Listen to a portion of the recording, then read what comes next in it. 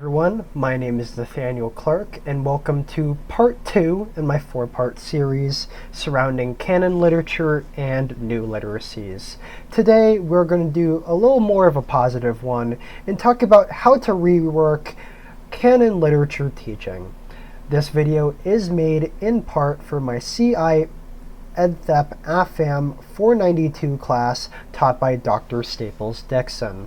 So in the first part, we talked about canon literature, what are its shortcomings, and today we are going to be talking about how to rework the canon in your classroom. How can you, as an educator, experiment with canon literature? From my view and through my classes so far in my educational journey, my biggest answer, or the answer I came to when looking at reworking the canon, is critical literacy. Luckily for us, there are various definitions of critical literacy out there, so today I pulled one from Heather Coffey, who says that critical literacy is the ability to read texts in an active, reflective manner in order to better understand inequality, injustice, in human relationships. To sum up that definition in my own words, critical literacy is the idea of taking a piece of text and dissecting it in the tone of the real world. This text could be based in eras that are bygone.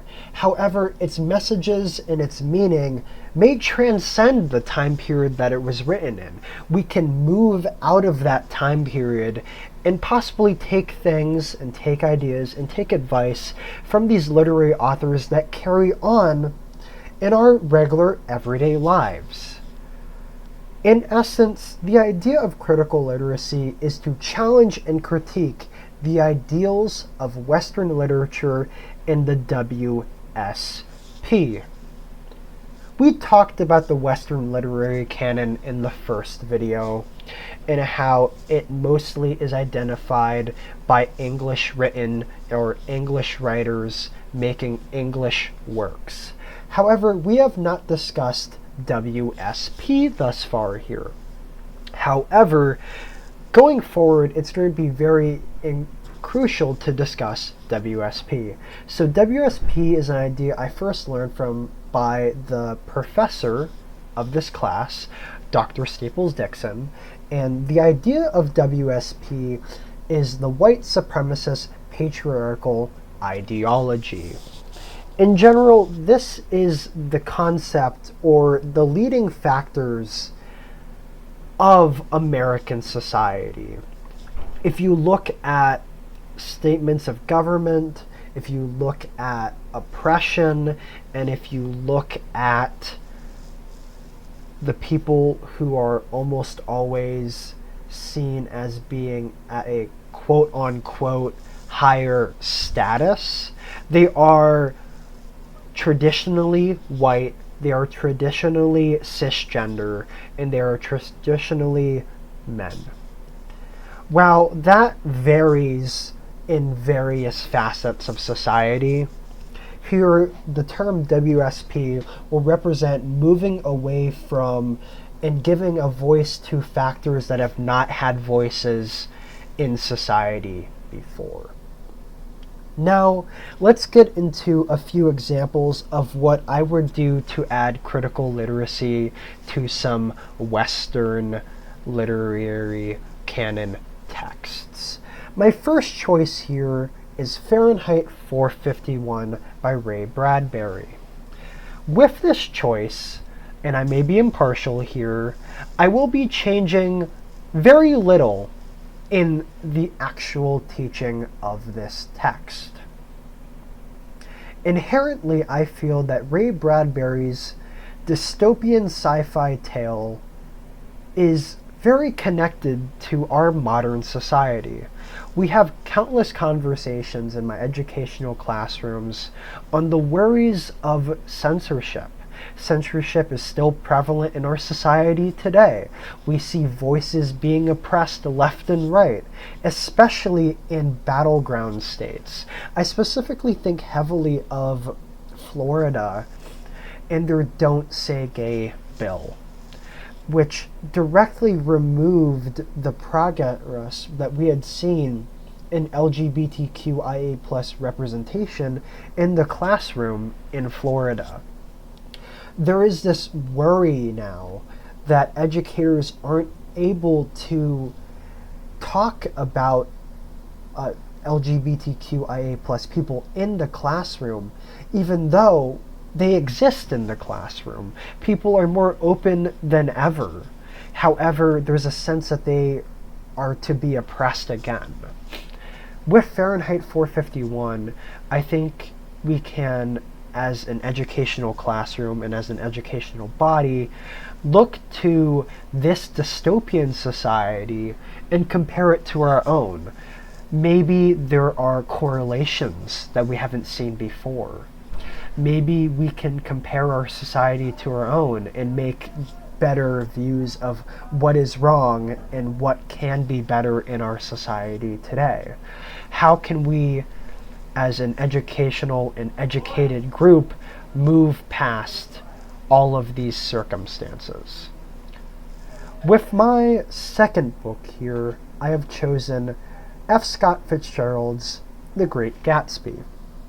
This is, in terms of the Western Literary Canon, a very popular book. If I remember correctly, it was actually third on the Goodreads list that I talked about in my last video as being a part of the 100 greatest novels of all time. However, in my view, it is a concept in a book that needs to be re-examined. The book is heavily based on the American dream, and in my view, it is a very white-leaning American dream. We have parties, we have opulence, but in my view, it really highlights the American dream, which for many people in our society should not be highlighted, and in essence is a lie. People come to the Americas, or to specifically the United States, with the promise of great wealth and prosperity, and American society just does not do that because of the WSP. These people break their bodies in honor of the American dream, hoping to reach the potential of generational wealth for their families. But the world just oppresses them, and the societal factors surround them condemn them for even trying. And talking about the falters of the American dream would be a great thing to bring up while reading The Great Gatsby. Another thing you can bring up while reading The Great Gatsby, while not being inherently shocking here, is talking about the homosexual or homosexual love subtext present throughout the book. In my conversation and planning this video out, I talked to some people, and if their professors, when studying or covering The Great Gatsby, ever pondered that question or even gave room for that query.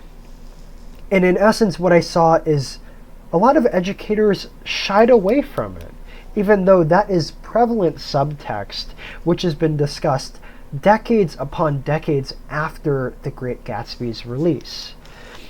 In my view, that is censorship of discussing LGBTQIA plus circumstances. Why shut the door on a subtext that has been discussed for years? There are theories, there are literary works talking about that correlation. We should not shy away from it. A book in a similar view here is Romeo and Juliet by William Shakespeare. A lot of people may come to this book and be like, why do we teach Shakespeare in general? His works were written 400 years ago. What did he inherently do to continue being discussed? In my view here, Shakespeare is taught heavily due to his wordplay. However, a lot of the times, due to standardization, William Shakespeare's works are not properly discussed. Inherently, they are taught and they move on as fast as that. No context is taught, no circumstances are taught, and they don't really dive deep into it, which is, in my view, what I would want to do here. With Romeo and Juliet, and myself wanting to teach a secondary or high school level, the conversation surrounding suicide and mental health comes into play. These are two teenage characters who end up committing suicide because of factors in their lives. This story, if told correctly in the classroom, could very easily act as a connection to my students to talk about mental health and to talk about why suicide is not the answer. I partially take this from some shadowing I did from an actual English educator in a high school setting. She set up this lesson of writing out a note attempting to stop either Romeo or Juliet from doing the deed. And I learned from that through creative writing, you can really critically analyze a lot of parts of a literary piece. By creating your own piece, you're almost commentating on another. My last example of a Western literary book that I would like to change is William Golding's Lord of the Flies. This is going to be probably the most controversial thing I say in this video, but in my view, it's time to remove Lord of the Flies from school in general. While William Golding's book is a good dissection on society and what happens when people are really left to their own devices, in my view, Lord of the Flies is a bygone dissection of that. It is a book predominantly about young English boys, and I feel like it just does not resonate with people as much as it used to. Additionally, by being focused on a masculine perspective,